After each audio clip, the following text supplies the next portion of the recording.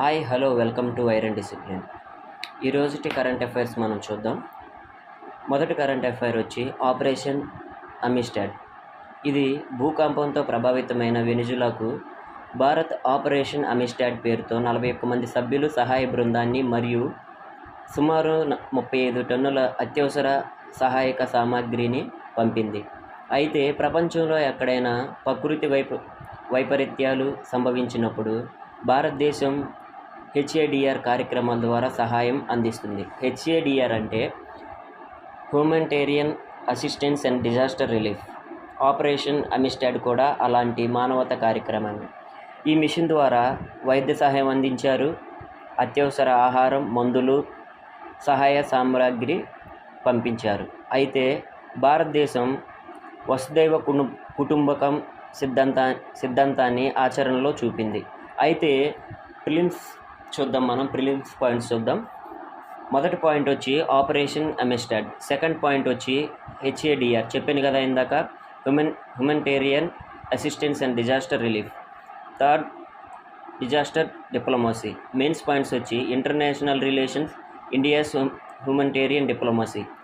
అలాగే రెండవ current affair మనం చూద్దాం. AI, nuclear and quantum technologies. కేంద్ర మంత్రి డాక్టర్ జితేంద్ర సింగ్ మాట్లాడుతూ ఏఐ, న్యూక్లియర్ టెక్నాలజీ, క్వాంటమ్ భారత అభివృద్ధికి కీలకమని చెప్పారు. అయితే భారత్ ప్రస్తుతం artificial intelligence, quantum computing, nuclear technology వంటి రంగాల్లో పెట్టుబడులు పెంచుతుంది. వీటి ద్వారా ఆరోగ్య రంగంలో వేగవంతమైన నిర్ధారణ, వ్యవసాయ రంగంలో స్మార్ట్ టెక్నాలజీ, రక్షణ రంగంలో ఆధునిక వ్యవస్థలు, డిజిటల్ ఆర్థిక వ్యవస్థలు బలోపేతం చేస్తుంది. అయితే మనం ఈరోజు ప్రిలిమ్స్ పాయింట్స్ చూద్దాం. Artificial intelligence, quantum computing, nuclear technology, అలాగే మెయిన్స్ పాయింట్స్ కూడా చూద్దాం. Science and technology, innovation, digital economy. అలాగే మనం మూడవ కరెంట్ అఫైర్ కూడా చూద్దాం. India tops ISSF junior world championship. ISSF junior world ఛాంపియన్షిప్లో భారత్ 25 పథకాలతో అగ్రస్థానంలో నిలిచింది. ఈ విజయం భారత యువ షూటర్ల ప్రతిభను ప్రపంచానికి చాటింది. షూటింగ్లో భారతదేశం నిరంతరం మంచి ఫలితాలు సాధిస్తూ ఒలింపిక్స్కు బలమైన జట్టును తయారు చేస్తుంది. అయితే యూపీఎస్సీ ప్రిలిమ్స్ పాయింట్స్. మొదటగా ఐఎస్ఎస్ఎఫ్ అంటే ఇంటర్నేషనల్ షూటింగ్ స్పోర్ట్ ఫెడరేషన్. అలాగే రెండో prelims point junior world championship. అలాగే మెయిన్స్ పాయింట్స్ చూద్దాం. Sports development, youth empowerment. అలాగే నాలుగో కరెంట్ అఫైర్ కూడా మనం చూద్దాం. నాలుగో కరెంట్ అఫైర్స్ ఎయిర్ నేను అలర్ట్.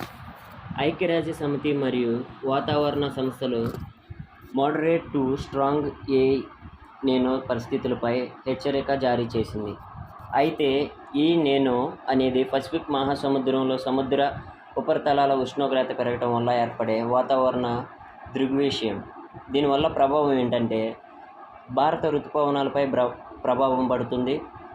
అదేవిధంగా వ్యవసాయ దిగుబడి తగ్గే అవకాశం ఉంటుంది, నీటి కొరత ఉంటుంది, ఆహార ద్రవ్యోల్బణం పెరిగే ప్రమాదం ఉంటుంది.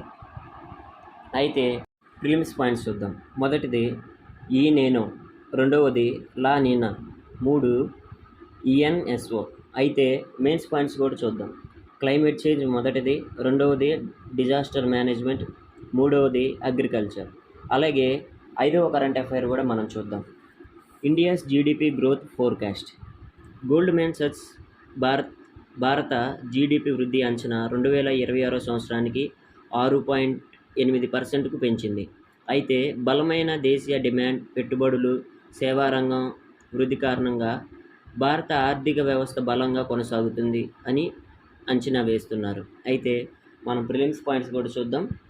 GDP, economic growth, fiscal policy.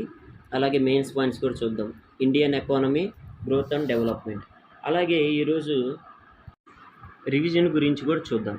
Operation Amistad, AI, nuclear and quantum technologies, ISSF junior world champion, ఈ నేను ఇండియాస్ జీడిపి గ్రోత్ ఫోర్కాస్ట్.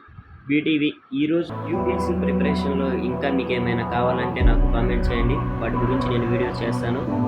నాకు కొంచెం బటరిజం ఉండటం వల్ల స్పష్టంగా మాట్లాడలేకపోతున్నాను కొన్ని వర్డ్స్, కాబట్టి మీరు అండర్స్టాండ్ చేసుకోండి. Thank you for watching.